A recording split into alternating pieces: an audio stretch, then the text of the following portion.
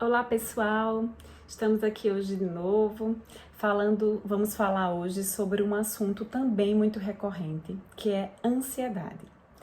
Dados da OMS trazem que temos o maior número de população, o maior número de pessoas ansiosas, e este número vem crescendo muito forte devido ao momento que estamos vivendo. Mas eu também quero falar para vocês que todos nós somos ansiosos. Todos nós temos um nível pequeno ou um pouco maior de ansiedade. Eu vou dar um exemplo bem simples para que vocês possam entender como a ansiedade funciona dentro da gente, uma ansiedade normal. Antes de atravessarmos uma rua, nós olhamos para um lado, olhamos para o outro. Isso é ansiedade, porque a gente antevém um possível problema futuro, que seria talvez ser atropelado por um carro, por uma bicicleta, por uma moto. Então, a ansiedade normal, ela é um mecanismo de proteção. Então, é super importante, mesmo ela sendo um pouco desagradável, que tenhamos essa atividade psíquica para que a gente realmente se proteja de alguma coisa futura que possa acontecer conosco. Então, este tipo de ansiedade normal vai acontecer em alguns exemplos, em algumas situações do seu cotidiano.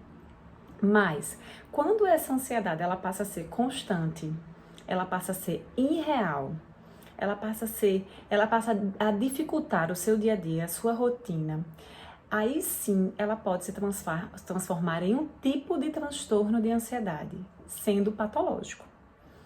Na quinta edição do Manual Diagnóstico Estatístico de Transtornos Mentais, que é como chamamos DSM-5, ele traz 7 tipos de transtornos de ansiedade.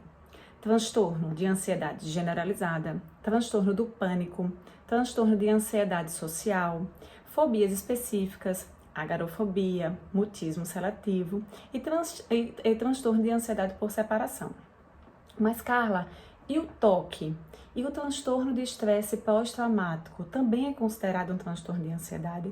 Antes dessa quinta edição, eram-se considerados como transtorno de ansiedade. Nesta quinta edição, ele passa a ser considerado em uma outra categoria, tá certo?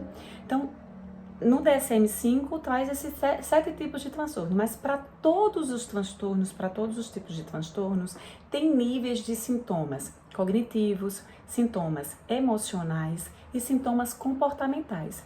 Mas, Carla, como são esses sintomas? Eu vou dar um exemplo de sintomas cognitivos. Então, muitas vezes nós paramos e acreditamos que vai dar errado, né? Que eu vou ter um ataque.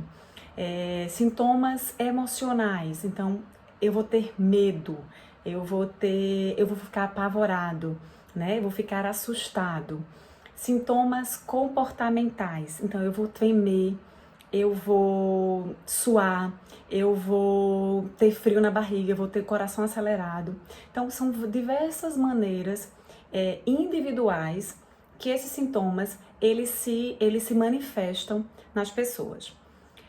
Transtornos de ansiedades, existem tratamentos bem eficazes para cada tipo de transtorno.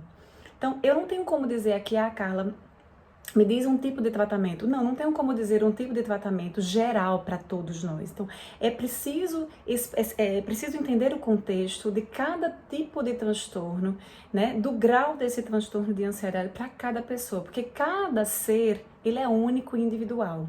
E ele vai demonstrar e ele vai manifestar esse tipo de formas diferentes. Nem todo mundo é igual. Tem gente que desperta isso na pele, né? Então, a gente precisa entender cada tipo de transtorno desse para diagnosticar. Então, é muito importante que se você sinta alguma coisa parecida com isso, que você procure diagnósticos médicos, psicológicos, para entender qual o grau e para entender qual tipo, ou se não se trata apenas de uma ansiedade normal, ou algum outro sintoma, ou alguma outra doença que comprometa a sua saúde. Gente, muitas pessoas me perguntam, Carla, o medo, ela existe em todos os transtornos? O medo, ele é frequente em vários tipos de transtornos de ansiedade, sim. Porém, para a psicologia, o medo e a ansiedade são duas coisas totalmente diferentes. Por quê? Porque o medo, ela é uma situação negativa, né, de algo que acontece Continuando, gente. Então, medo é uma reação negativa de algo que acontece no presente, né? E a ansiedade é uma reação também negativa, mas de algo que acontecerá de uma situação futura. Então, para a psicologia, existem essas diferenças. Bom, gente, eu espero que mais uma vez eu consiga aí ter ajudado vocês a entenderem um pouquinho de como funciona a ansiedade, que ela é um mecanismo de proteção, que a gente possa entender isso, que a ansiedade normal, ela é importante para a nossa atividade psíquica, como também, né, ela antevém possíveis problemas para que a gente consiga resolvê-los, esses problemas. Mas essa ansiedade frequente de situações irreais, né, que a gente passa a criar na nossa cabeça, ela pode se transformar em um transtorno de ansiedade e assim ser patológico. Então, se você conhece alguém ou se você sente isso, procure tratamento, né, busque ajuda de pessoas, tanto de psiquiatra como de psicólogos, para que você realmente possa conduzir melhor nas suas crises de ansiedade. Então, um grande beijo, espero que todos fiquem bem.